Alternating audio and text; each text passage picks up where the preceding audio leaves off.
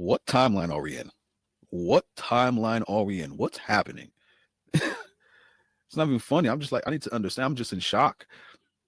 Trump, we will own Gaza? What? We're going to displace 2 million people? What? And they're just sitting there by the fireplace like it's some demonic. This is demonic, man. I don't know what's going on, but oh my gosh, what is happening? We got to talk about it. You already know. Let's get into it. Subscribe, comment below. I want to know what y'all think, but let's get into this. Gotta hear this. Peter, would Palestinians have the right to return to Gaza if they left while the rebuilding was happening? It would be my hope that we could do something really nice, really good, where they wouldn't want to return. Why would they want to return? The place has been hell. It's been one of the meanest, toughest places. It's their home. It's their home, sir. Yes. Why would we want to remove them? Displace them like that? Their homeland, America. Are you listening to this, y'all? Please tell me y'all listening to this. Look at him smile. And right now, look at him smile. I've seen every picture from every angle, better than if I were there.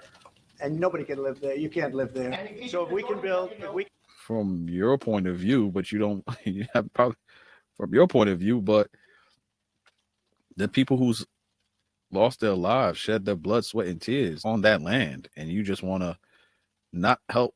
What is going on? What timeline are we in, y'all?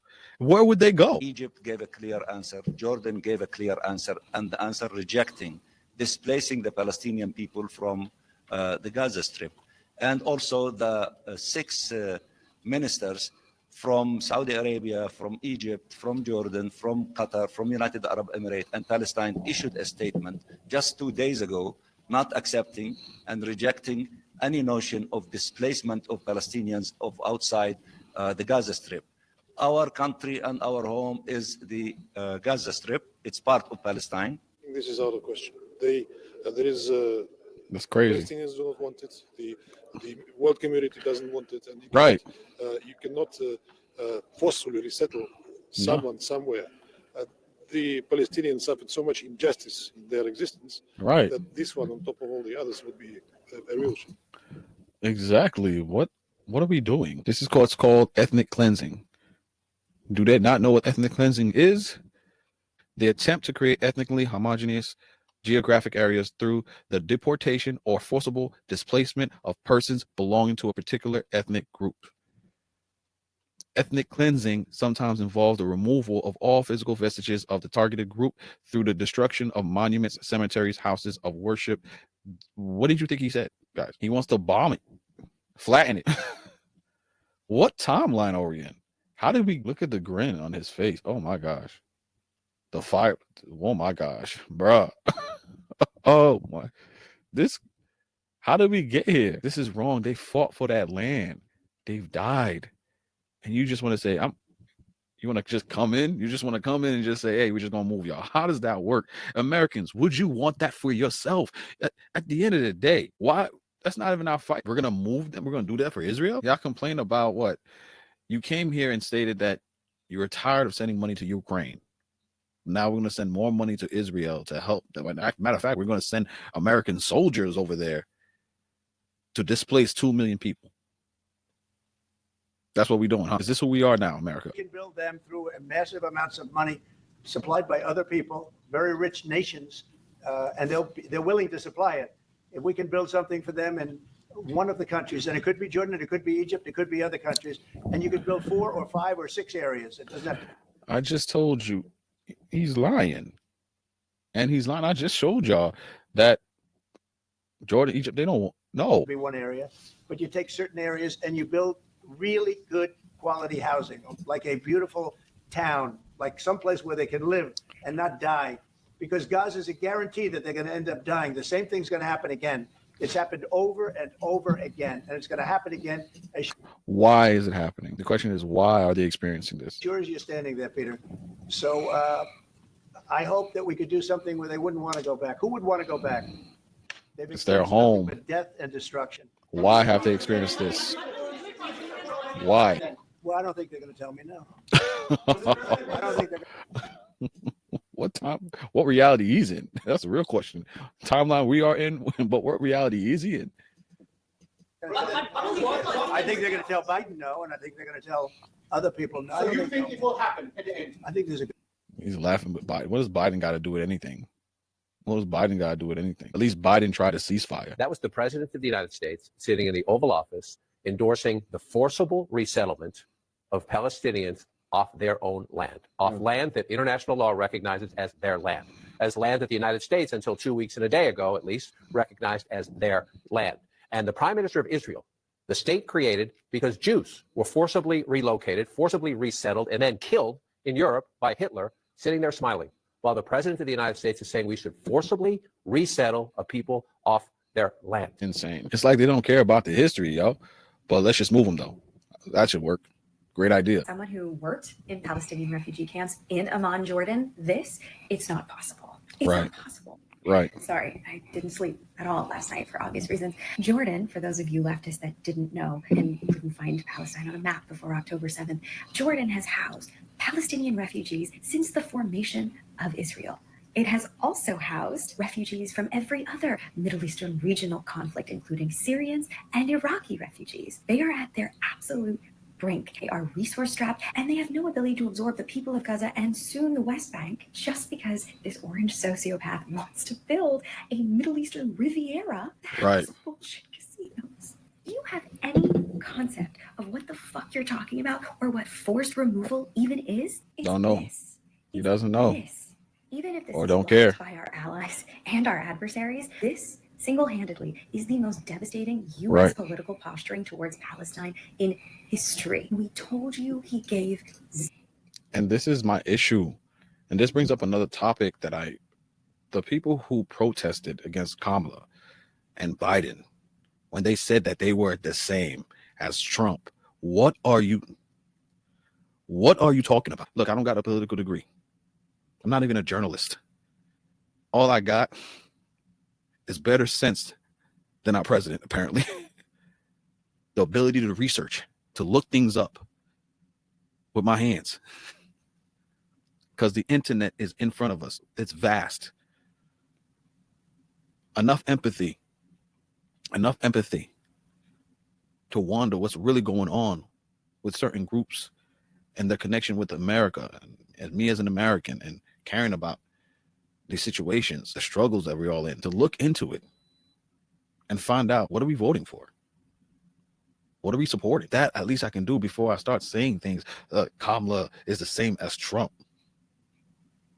But this is why I stress, though, that we need to look into these things ourselves, but also prioritize the ability to critically think. One former president's hands was tied, right? Because Israel is our ally. The one that was trying to become president spoke against the way Israel was moving towards Palestinians and how they dealt with each other. And the one currently, this is what annoys me about it's like no one's operating in reality. I have a dream, great fantasies, and I want to see people live and prosper.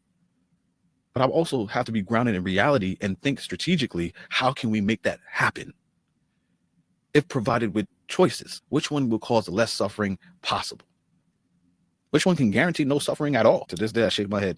I tell people all the time around this situation, I still shake my head. I also expressed with the Prime Minister my serious concern about the scale of human suffering in Gaza, including the death of far too many innocent civilians. And I made clear my serious concern about the dire humanitarian situation there, with over 2 million people facing high levels of food insecurity, and 500,000 people facing catastrophic levels of acute food insecurity. What has happened in Gaza over the past 9 months is devastating.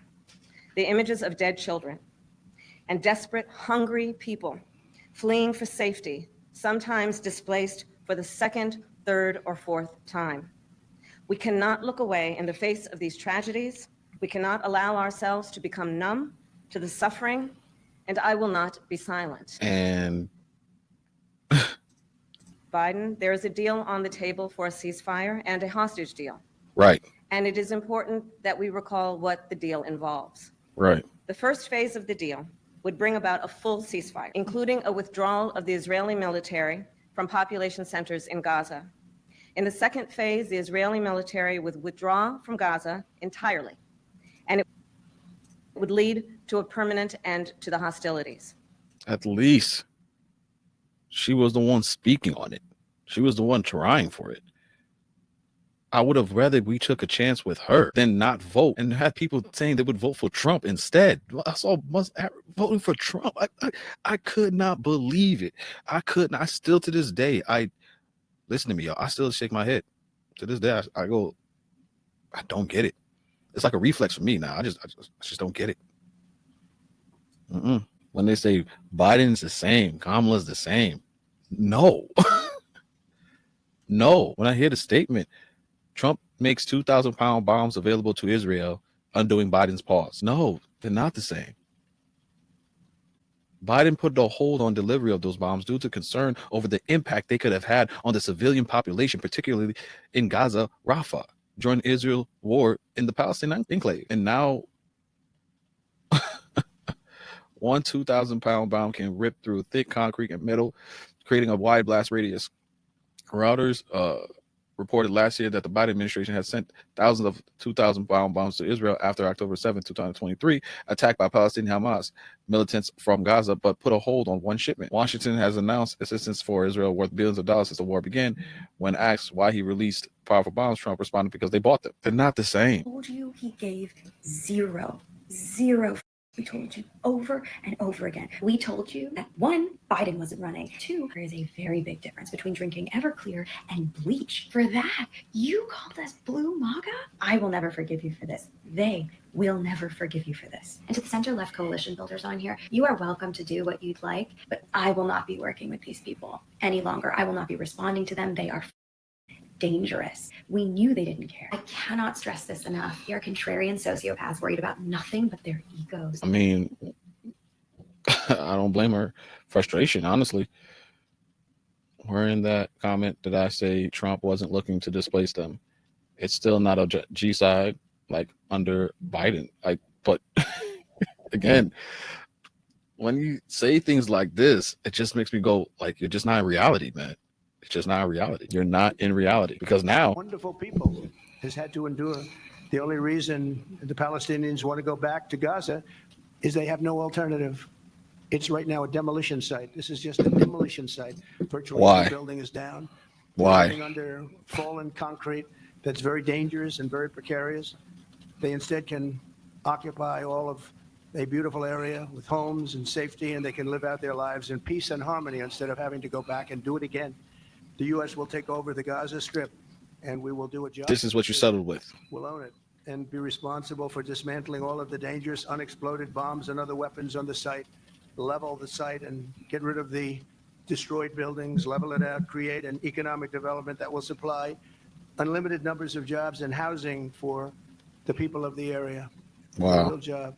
Do something different. Just can't go back. If you go back, it's going to end up the same way it has for 100 years. The alliance and rebuild American strength throughout the region. And Wow. we've really done that. We're a respected nation again. A lot happened in the last couple of weeks. We are actually a very respected nation again. Not operating in reality, y'all. Not operating in reality. I don't know what to tell y'all, but I'm hoping y'all hearing this, because we're not operating in the reality. Sending American soldiers there to do this job. We are not gods. We are not kings. We are human beings sharing a planet. If we have, we give back. We help out. That helps build with our allies. If there's some situation, some conflicts we can't figure it out, we pull out. We've been told across many times, the Middle East does not want to deal with America. Leave them be. Or find ways to help out. You would rather remove the USAID agencies doing work across the world. Many places that need us. But you would rather take that away and then displace 2 million people, putting American soldiers in harm's way for a conflict so complex. What happened to the anti-war? This is what y'all voted for real? This is the timeline? I want to know what y'all think. Comment below, subscribe. I want to hear from you. Remember, I got no political degree. I am not a journalist. I'm just here, just speaking up because we have to, because this is not our way. This is not the American way. It's not the America I know. But what do you think?